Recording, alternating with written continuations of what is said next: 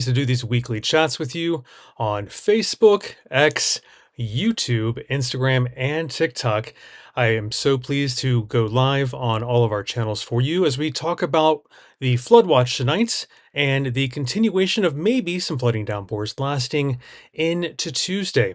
All right, let's check out the latest from the Storm Prediction Center below. Still, maybe a slight threat for some damaging wind gusts tonight.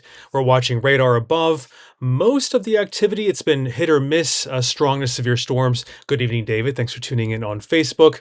And we've got a little bit of the flooding threat, and that's why we're in a flood watch until 1 a.m. Especially urban areas could get their drainage systems overwhelmed, particularly, but still just a slight threat in the yellow shading here below from the Weather Prediction Center. And it is to blame the precipitable water in the atmosphere. It is 2.5 inches. If everything is perfect and a storm is able to tap into this maximum capacity of water in the atmosphere, a very slow moving storm could dump fairly quickly 2 to 2.5 inches in a perfect world. Luckily, most, if not nearly all storms don't really tap into the full maximum potential of precipitable water, but it is there. And another way of measuring that moisture, you can feel it. The dew points are very uncomfortable. Hopefully by late week into the weekend, we can get these closer to 70, which is still uncomfortable. It's still muggy, but 75, mid 70s, that's oppressive, borderline sultry, soupy, hard to breathe in sometimes. So we will hopefully get this out of here Tuesday, but we have a couple more days of even tomorrow, the slight wind damage threat from the Storm Prediction Center, a slight flooding downpour threat from the Weather Prediction Center. So we'll see. Maybe another flood watch is issued tomorrow, and this could last into Tuesday. There's ever so slight marginal chance for downpours into Tuesday as well. So we'll, of course, keep you posted, but this is kind of going along the same lines of early week, less hot, but still humid and plenty of fuel, of moisture for thunderstorms to quickly dump some heavy rain. So we need to keep an eye on this. But as I alluded to, the temperatures are coming down. More seasonable warmth, seasonable heat. I dare not say it will feel comfortable because humidity is still pretty high through Tuesday with those dew points we were looking at a second ago. All right, so while we're checking out the temperature animation below and seeing a little bit of relief from our heat, let me load up the chat comments. It's good to see all of you. We've got Dave on Facebook. David on Facebook, hello. Definitely got the watches and warnings over the phone, David. Thank you for following us on our Capital Weather app. We're on Apple and Android, and of capitalweather.com anytime you need us. And I'm Camden Walker doing our weekly Sundays at 7, Sunday 7 p.m. live chat.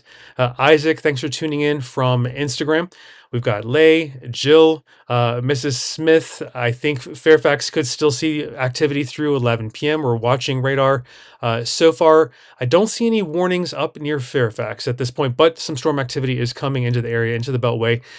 Still, 8 to 11 p.m. might be the most activity around the Beltway area. That's what we're thinking still.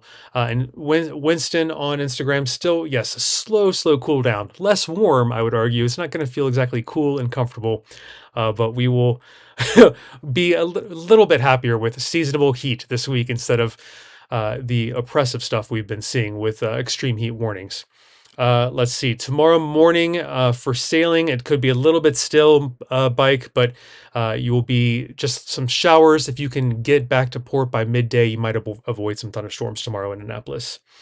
All right, we've got Caroline. Thanks for tuning in on X. So far, Rockville is dry. Julia on Instagram, on YouTube. Thanks for tuning in.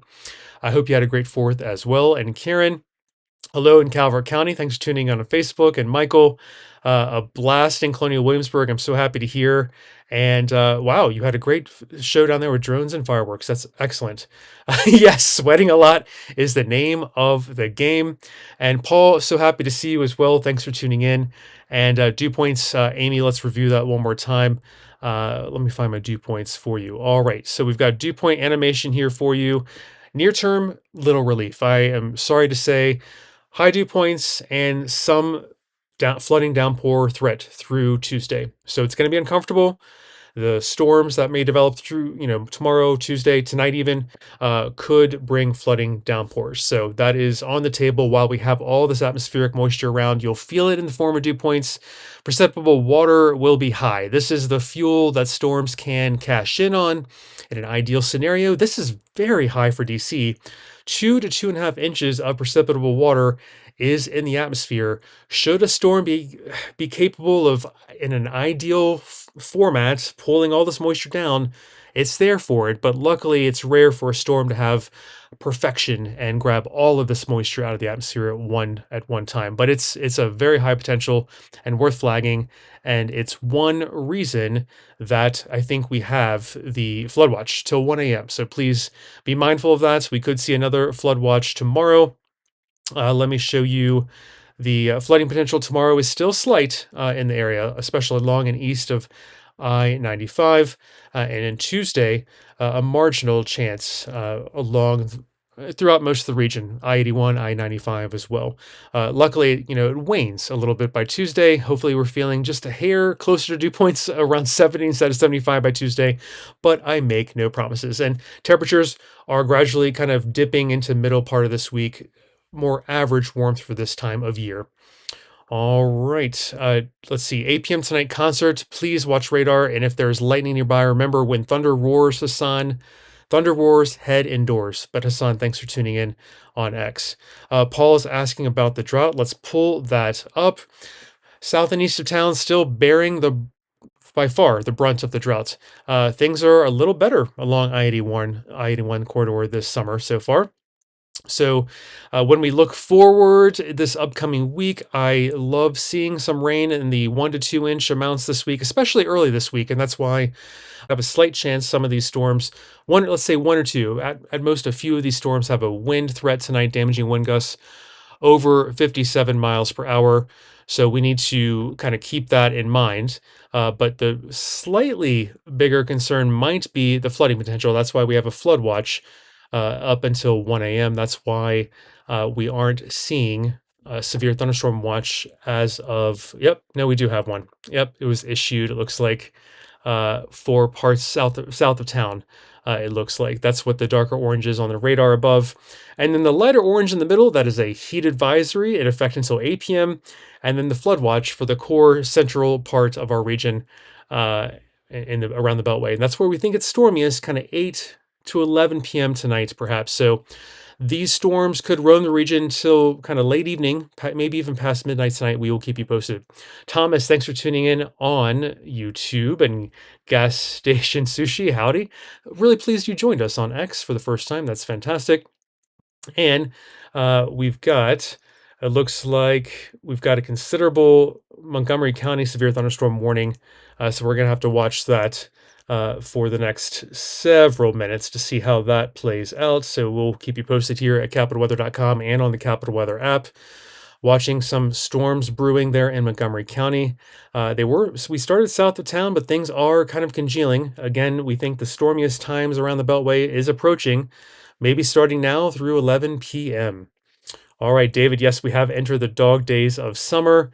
We've got Mr. Petrosky, lots of thunder in Aspen Hill, but no rain yet. Thanks for tuning in on Facebook. And Charlene, good to see you in Glenville, Pennsylvania. So glad to see you as well on Facebook. Thanks so much. And Kimberly, power's out in Olney. Lots of lightning and thunder. Sorry to hear that. Please stay safe. Remember, when thunder roars, head indoors. If you have outdoor plans, seek shelter immediately. If you hear thunder, it means lightning is close enough to strike you. So please play it safe. Carolyn can hear it, but not hear thunder, but maybe not see lightning. And Donna, thanks for tuning in. And we've got Dave. I haven't seen much.